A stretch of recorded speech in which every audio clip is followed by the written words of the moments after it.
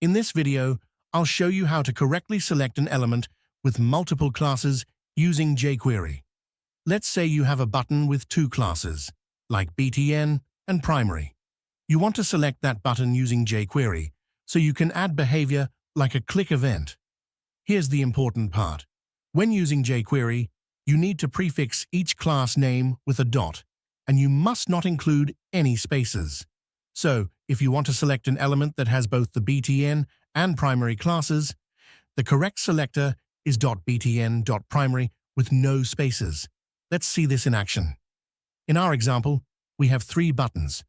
One has btn and primary, one has btn and success, and one has just btn.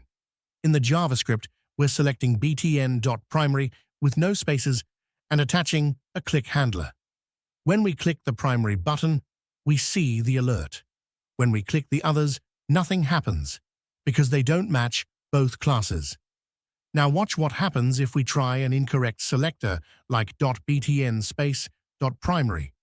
That means we're looking for an element with the primary class inside an element with the btn class. That's not what we want, and the selector won't match anything.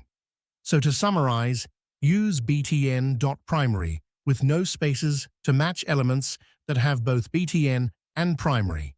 Only use .btn space .primary when one class is nested inside the other.